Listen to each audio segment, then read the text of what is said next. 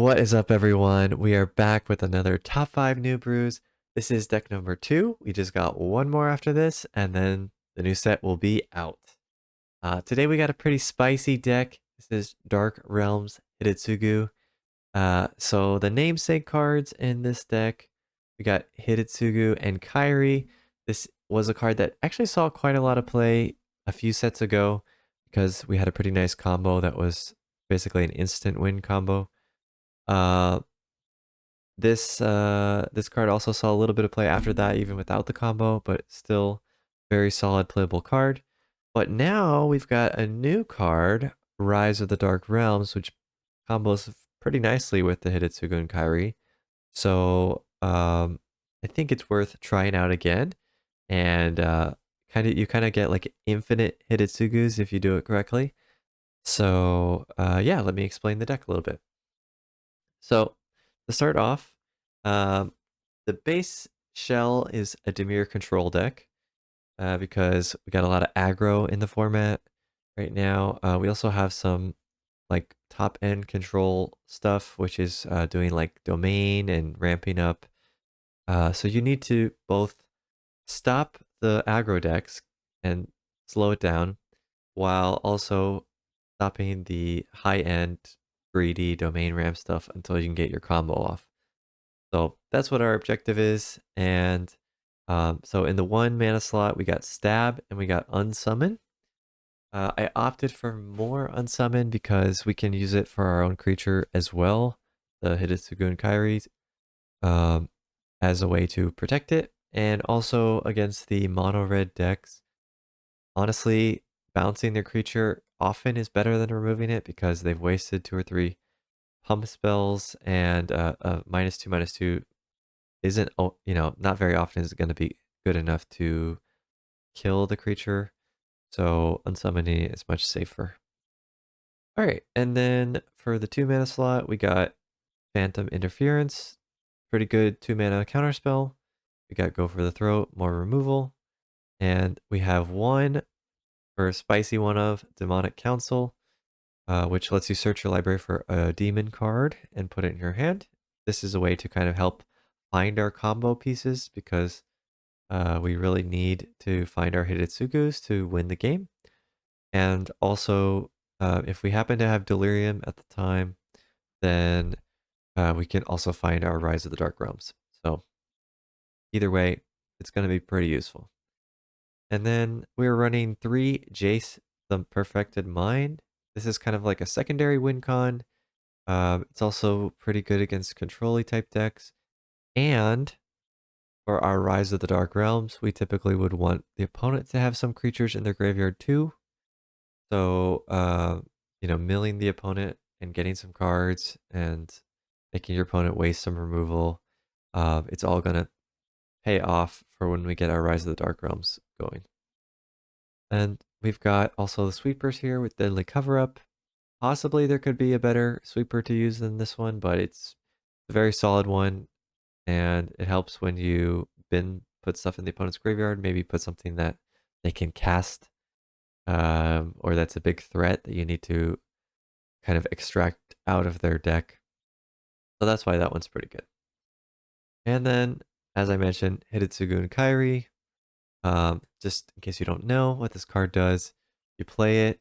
When it enters, you draw 3 cards. Then you put 2 cards from your hand back on top of your library. So if you either had Rise of the Dark Realms in your hand or you drew it from those 3 cards, you'll want to put that back on to the top of the deck. Then if the opponent kills your Hidetsugu and Kairi, which they will probably have to eventually, so you can determine who you're playing against to know if they're going to kill it right away or not. Try to put it first or second on your library. You can also some of the time kill your own Hidetsugu and Kairi with Go for the Throat, so that is an option. You can also legend rule it by using 3 steps ahead, making it a copy of it, and killing it. So depending on what you have in your hand, you'll want to put it on the top or the second spot on the deck. And then Hidetsugu and Kairi dies, casts your Rise of the Dark Realm because of the way the wording on Hidetsugu and Kairi says um, the Hidetsugu and Kairi will go to the graveyard before the spell trigger finishes resolving. It will be on the stack, but um, it won't have resolved yet. So by the time that this card does end up resolving, it will re-grab your Hidetsugu from the graveyard back to the battlefield. So potentially you could do this cycle a few times and win the game almost immediately. On top of that, Rise of the Dark Realms is a 9 mana card. So from the Hidetsugu and Kairi says that it deals damage equal to the mana value. So you're going to deal 9 damage just automatically if you have that on top when this dies. And if you get to cast it and do the combo, then you're going to do a lot. Like keep doing it over and over again. So pretty annoying for your opponent. And again, if you've milled anything or killed anything or countered anything earlier in the game, you're going to get to reanimate all of those things as well. Finally, we've got 2 Breach the Multiverses. This is kind of to give us more chances to have something to combo with Hidetsugu and Kairi. Also, late game, you'll say you're playing against control deck. It's not that unheard of to get to 7 mana. You cast this and you can kind of start your combo going by grabbing the Hidetsugu from your 10 milled cards off the top of your deck. So yeah, I mean, that's kind of how the deck works. I think it's pretty interesting. For a couple of the last 2 sets or so, we didn't really have a really good card to work with Hidetsugu that was ICMC that had some sort of combo with it. So getting that back in the format is nice. And especially if the opponents are running like Atraxas and Italis and maybe they're discarding their own creatures as well, you're going to really kind of surprise them with your Rise of the Dark Realms, getting everything back and just probably winning the game. But yeah, that's the main thing. We got some lands, Cavern of Souls to give us some counter protection, and a little bit of mill with Restless Reef, and the rest are just pretty much standard Dimir lands at this point. So yeah, that's it for this deck tech. Hope you like it. Let me know what you think in the comments.